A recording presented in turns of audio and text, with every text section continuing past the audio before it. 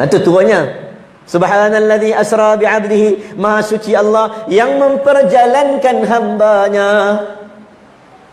Al-Quran selain daripada dipanggil nama Muhammad yang 4 kali, dipanggil dengan satu Ahmad dan Surah. Al-Quran panggil Nabi Muhammad dengan gelaran ya ayyuhar rasul, ya ayyuhan nabiyyu qul li azwajika wa banatika. Salah satu dalam ayat ini menggunakan istilah memperjalankan hamba aku. Kali ini dia kata hamba aku. Allah nak bagi tahu manusia kalau suka kat Nabi Muhammad, sayang kat Nabi Muhammad, ada limit dia. Nabi Muhammad bukannya Tuhan.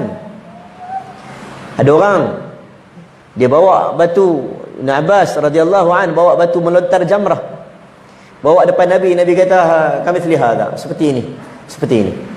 Jangan bawa besar-besar sangat. Dia bawa kecil je, besar biji-biji tu. Nabi kata besar-besar macam ni lah melontar jamrah. Sesungguhnya iyyakum bil ghulu, jauhkanlah kamu daripada ghulu, kerana kaum-kaum terdahulu ada yang melampau sehingga mereka itu menganggap Nabi mereka anak Tuhan. Nabi Muhammad, qul innama ana basyarun mithlukum yuha ilai. Ana basyarun, bahasa Arab ni kalau nak sebut manusia ni insan, al-ins, bani Adam, termasuklah basyar. Wahai Muhammad, katakanlah kepada semua manusia, engkau itu adalah basyar, manusia sama seperti orang lain, melainkan engkau diwahyukan oleh Allah. Nabi ada mukjizat tersendiri, tapi Nabi macam kita juga manusia. Dia tidur, dia kahwin, dia mengantuk, sama lebih kurang manusia. Tak ada manusia yang boleh excuse tak boleh ikut sunnah Nabi, kerana Nabi juga manusia. Kalau kita anggap Nabi malaikat, maka orang akan kata tu Nabi, kami lain, kami orang sebenarnya. Nabi lain, Nabi cuma malaikat. Bashar. Nah, kempen Nabi sallallahu alaihi wasallam turun ayat ini. Alladhi minal masjidil haram. Baik, ulama bincang hadis Nabi yang sangat banyak. Ada sebahagian kata dekat rumah Nabi start Isra. Ada sebahagian kata dekat rumah Ummu Hani. Semalam saya dah kupas, Haji ada rakam malam. Haji masuk dalam mana? Dalam apa nama? Audio kuliah. Semalam saya sebut dah tentang riwayat Ummu Hani. Ada orang setuju tak setuju lah. Ada orang tak setuju sebab riwayat ini ada dalam riwayat Ibn Ishaq. Setengah orang dia tak setuju Ibn Ishaq. Saya rasa saya tak ada masalah Ibn Ishaq. Ada orang tak ada masalah lah. Dia bab orang memperkenalkan orang. Orang ni ada sebagai ulama tak terima dia. Imam Malik tak terima Ibn Ishaq. Sebagai ulama kata dalam ilmu hadis, Ibn Ishaq ni dia hidup zaman dengan Imam Malik. Bila ulama satu zaman duduk bertengkar itu perkara yang biasa. Jadi Ibn Ishaq ni sebahagian kata pengaruh cerita-cerita sirahnya ada pengaruh-pengaruh Syiah. Allahu a'lam. Allah a'lam. Tapi Ibn Ishaq ni perawi hadis Bukhari. Jadi tak payah kupas malam ni kan. Itu bab mizan al-i'tidal, bab rijal, bab lelaki. Orang dulu tuan-tuan, dia cek habis orang. Tambah-tambah ustaz, tambah-tambah orang bawa agama, dia cek. Sebab takut tipu atas nama agama. Cek habis. Cek habis, kawan tu pergi tipu ayam pun. Tipu ayam. Tipu ayam kan. Ambil dedak bagi kan. Ayam pun ikut. Ada satu hari tu dia buat acah ayam. Konon bagi makan. Ayam pun datang. Yang perawi hadis datang nak ambil hadis, tengok-tengok. Ayam dia boleh tipu, tah hadis pun dia tipu. Tak ambil. Kita tuan-tuan berapa banyak tipu on the way kita. Anak dah tengok dalam kereta. Anak dah tengok ya abah on the way. Anak dah tengok abah dalam kereta macam ni kan. Aduh, anak kata abah aku ajak aku tipu. Nampak? Tipu. Dulu kenal. Jadi Ummu Hani ni sepupu perempuan Nabi. Maka datanglah riwayat masuk daripada atap dan sebagainya. Ada dhaif jiddan, ada dhaif yang bersangatan, ada dhaif yang biasa-biasa. Tak apalah. Semalam saya cerita daripada rumah kan masuk. Semalam saya cerita daripada rumah. Masuk melalui bumbung.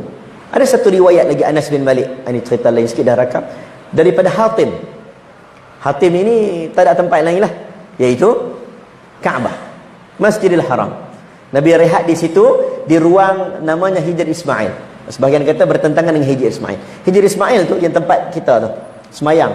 Yang kita semayang dalam tu seumpama semayang dalam Kaabah. Kaabah dulu bukannya bentuk macam hari ini kita tengok. Kaabah bukan 4 segi. Kaabah dia termasuk ruang belah macam lengkung tu, lengkung bulan sabit tu, itu juga Kaabah dulu. Dia macam-macam proses lah, banjir, jatuh dan sebagainya. Hari ini dia ada satu lebih kurang parah dada kita no?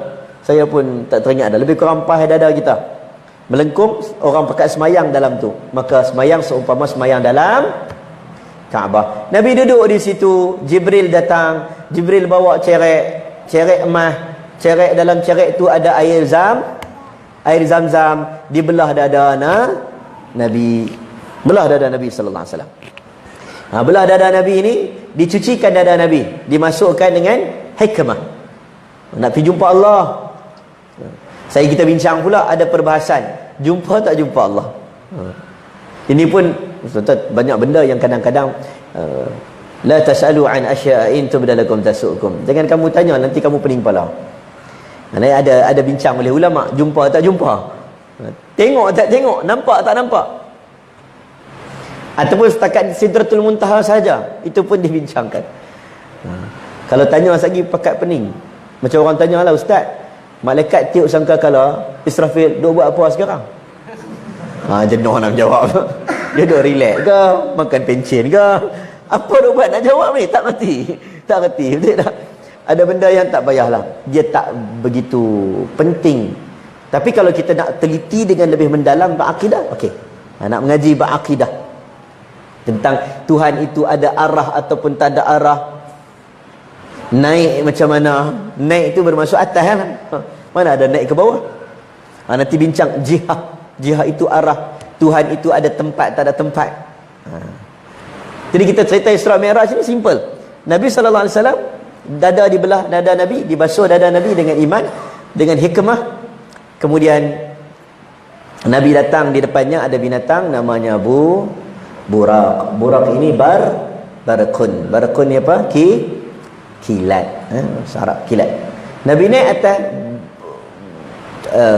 dikatakan kecil daripada bagal, besar daripada dunal himar, besar daripada keldai. Kecil daripada bagal, besar daripada keldai. Keldai kita tahu lah, bagal saya tak tahu. Untuk orang Semenyih ini di sepadan Negeri Sembilan. Dongki itu dengki ya. Dengki ya. Dia naik.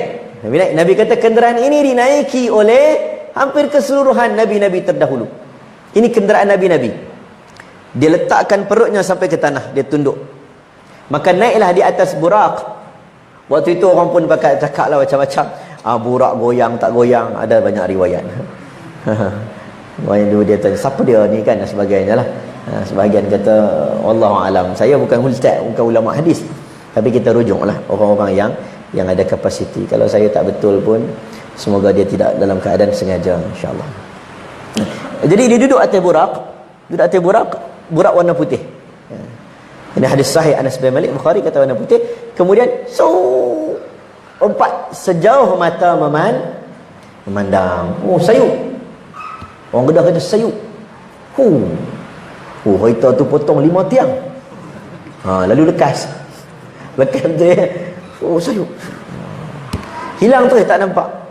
Dan sebahagian riwayat kata Nabi hanya singgah di Baitul Maqdis tanpa singgah di mana-mana. Ada riwayat kata Nabi singgah di Darut Taibah. Darut Taibah itu Madinah, Yathrib. Sebahagian ulama, bukan semua, sebahagian ulama bila orang tanya kita, kamu nak turun pi umrah, contoh nak pi umrah, tuan-tuan turun 2 tempat. Satu nama Mekah dulu ke Madinah dulu, orang tanya. Betul? Lainlah tuan-tuan pi ziarah dulu. Setengah orang pi melancong dulu kan. Haji pi mana? Pi Turki dulu 2 hari. Haji pi mana?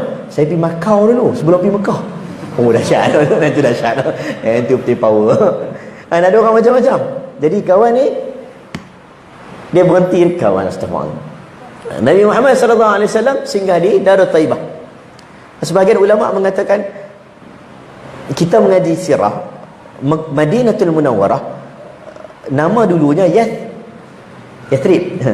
Ada sebahagian mazhab Malik kata, bila orang tanya kita, kamu nak pergi mana contoh, kita tak mau sebut Madinah, kita sebut Yathrib.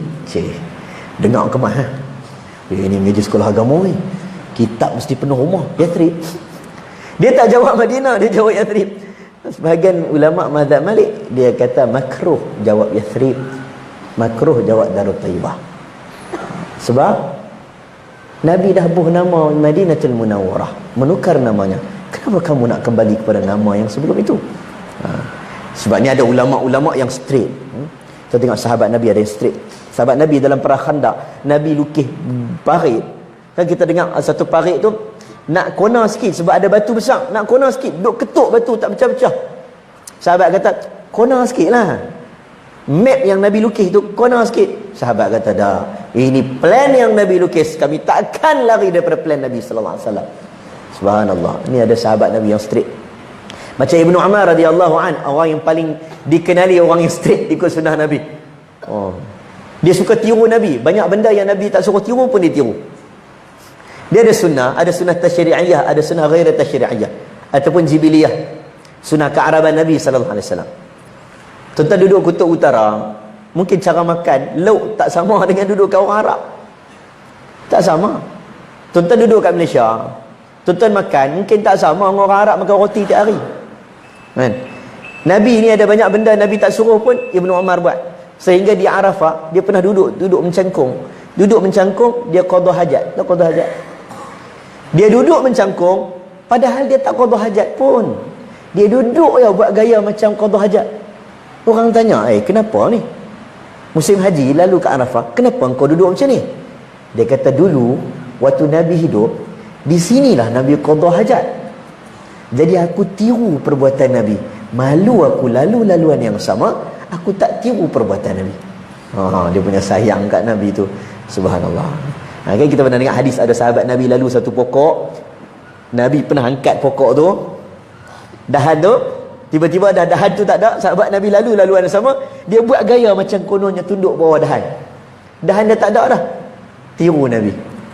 Ada sahabat Nabi naik unta. Naik unta tiba-tiba dia senyum. Senyum. Orang tanya kenapa tiba-tiba senyum? Pernah sekali Nabi naik unta, Nabi baca subhanalladzi sakhkhara lana hadza wa ma kunna lahu muqrinin wa inna ila rabbina lamunqalibun. Tiba-tiba ada sahabat seorang tu bergurau dengan Nabi dan Nabi tersenyum dengan gurauan dia. Habis aku tak rasa siapa gurau dengan aku, tapi aku suka tiru Nabi. Dia punya suka. Jadi macam itulah juga tentang Isra wal Mi'raj ni. Nabi sallallahu alaihi wasallam dia singgah dekat Darut Taibah. Allah sebahagian riwayat kata dhaif. Nabi terus ke Baitul Maqdis tanpa singgah di Bukit Tur Sina. Sebahagian kata singgah di Baitul Laham, tempat kelahiran Nabi Isa alaihi salam. Ada sebahagian pandangan yang saya rasa yang ni clear lah. Clear dhaif jiddan. Sebahagian riwayat kata Nabi singgah di Kufah, di sebuah masjid. Kufah waktu tu belum lagi Islam. Masjid mana dia pergi? Parsi. Kufah Parsi lah. Macam mana dia punya? Itu pandangan. Kita ni ada naqdul mutun. Dalam ilmu hadis, naqdul mutun, dia boleh tengok teks tu, teks ni macam tak betul. Jadi kita boleh tahu awal-awal dah benda ni palsu, ada benda tu.